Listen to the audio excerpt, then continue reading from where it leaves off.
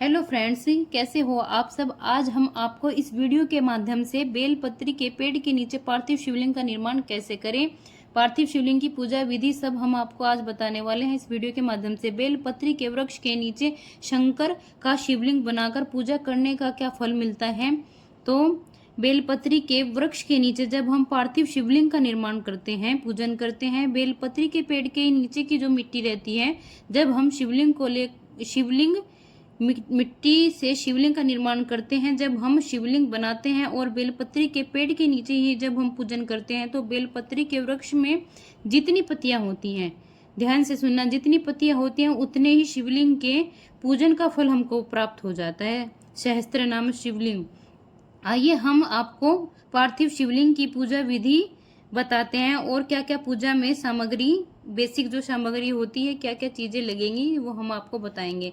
देखिए, सामग्री में 1 लोटा जल, पीला चंदन, लाल चंदन, बेलपत्री, दूध, अक्षत, जो काले तिल रहते हैं, काले तिल, उड़द हैं तो उड़द ले लो, आपके पास अगर उड़द हैं तो उड़द भी ले सकते हैं। और उड़द चढ़ाने के लिए और तिल हमको दिए में डालने के लिए। बेलपत्री के पेड़ के नीचे की मिट्टी को लेकर हम शिवलिंग का निर्माण करते हैं। शिवलिंग का निर्माण करने के बाद हम उस शिवलिंग को खाली नीचे नहीं रखना है, उसको हम बेलपत्री के ऊपर ही रखेंगे। देखिए, शिवलिंग जो होते हैं, पार्थिव शिवलिंग का हम जब निर्माण करते हैं तो इसमें समस्त शिव परिवार विद्यमान होता है। आप पूरे शिव परिवार की अलग अलग मूर्तियां बना सकते हैं, नहीं तो आप शिवलिंग का पूजन कीजिए, पूरे शिव परिवार का पूजन हो जाता है। तो हमने क्या किया है, हमने बेलपत्री पे शिवलिंग को रख लिया है, फिर हम अच्छे से उसको रख लेंगे, भावपूर्वक हम पूजन करेंगे। देखिए, श्रद्धा होनी चाहिए, तो श्रद्धा सबसे इम्पोर्टेंट है, श्रद्धा होनी चाहिए। भावपूर्वक हम शिवलिंग का, पार्थिव शिवलिंग का पूजन करेंगे। तो आइए हम अब जल चढ़ाते हैं। शिवलिंग पे हमने जल चढ़ा दिया है।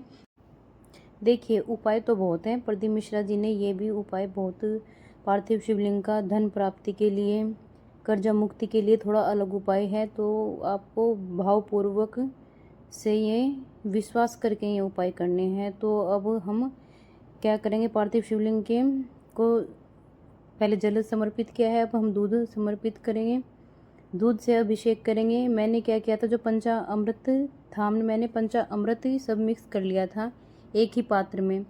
अगर आप अलग अलग भी चीज़ें चढ़ा सकते हैं, जैसे शक्कर चढ़ा ली। और फिर हम उसके बाद क्या करेंगे, लाल चंदन, हमने लाल चंदन का टिक्का पार्थिव शिवलिंग को कर दिया है। पीला चंदन है तो आप पीला चंदन का टिक्का भी कर सकते हैं, लाल चंदन है तो लाल चंदन का टीका भी कर सकते हैं। देखो, हल्दी शिवलिंग को नहीं चढ़ाई जाती है, हल्दी सिर्फ हस्तकमल जहाँ पे होता है, पार्वती जी का हस्तकमल होता है, वहाँ पे हम हल्दी का टीका लगा सकते हैं। या फिर हम लाल कोई भी लाल चंदन का टीका हम वहाँ पे लगा सकते हैं, लाल सिंदूर का लगा सकते हैं हस्तकमल पे पार्वती जी के। चलो चलते हैं अब आगे। बेलपत्र हमें समर्पित करने हैं। बेलपत्र बहुत ही महत्वपूर्ण है पार्थिव शिवलिंग की पूजा के लिए। और हम शिवलिंग की जब पूजा करते हैं तो बेलपत्र का बहुत महत्व माना गया है, तो इसलिए हमने बेलपत्र भी समर्पित कर दिए हैं। अब हम ले लेंगे अपने, मैंने सब कुछ मिक्स किया हुआ है, दाल है, चने की दाल चढ़ा सकते हैं आप, अक्षत चढ़ा सकते हैं, काले तिल चढ़ा सकते हैं। तो वो काले उड़द मेरे पास थे तो मैंने काले उड़द ले लिए हैं। तो हम सभी ये चीज़ें शिवलिंग, पार्थिव शिवलिंग पे समर्पित कर देंगे भावपूर्वक आप। और क्षमा याचना भी करेंगे, क्योंकि जो गलती हो गई है हमसे तो हम वही क्षमा याचना जरूर करेंगे।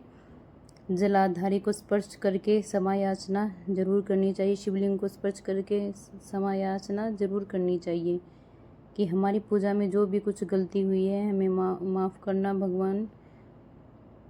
तो ये सब, फिर उसके बाद मैंने अगरबत्ती लगा दी थी। धूप दीप बहुत ज़रूरी है, आप धूप दीप जरूर अवश्य करें। और एक दिया भी आप अवश्य जला लें भाव से कि हे, मैंने जो ये पार्थिव शिवलिंग का निर्माण किया है, भावपूर्वक भक्ति भाव से ध्यान लगा के कि मेरी मनोकामना पूर्ण करना, शिव जी मेरी मनोकामना पूर्ण करना। जो भी मैंने ये पार्थिव शिवलिंग का निर्माण किया है धन प्राप्ति के लिए, कर्जा मुक्ति के लिए, मैंने आपका शिवलिंग पार्थिव शिवलिंग का निर्माण किया है बेलपत्र के पेड़ के नीचे। उसी पेड़ की मिट्टी लेनी है आपको, फिर आपको अच्छे से पूजा करनी है। क्षमा याचना अवश्य करें। जो भी हमारी पूजा में कुछ त्रुटि हुई हैं, कुछ गलतियां हुई हैं, तो आपको क्षमा याचना जरूर करनी चाहिए।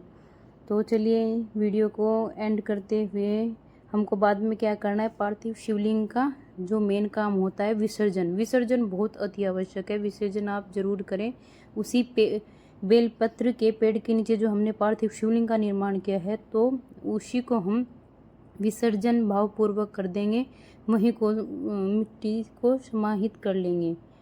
जो भी हमने और बेलपत्र सब चीज़ें हैं उनको हटा देंगे। वहीं पे दिया है, दिए को भी ठंडा कर देंगे। तो प्रदीप मिश्रा जी का ये उपाय है। देखिए, कर्जा मुक्ति के लिए भी आपको पार्थिव शिवलिंग का निर्माण करना है और बेलपत्र के पेड़ के नीचे शक्कर या गुड़ डाल देना है और एक दिया जला के आपको अपने घर आ जाना है वापिस। और कर्जा अपने आप देखिए कि कर्जा अपने आप चूकना शुरू हो जाएगा।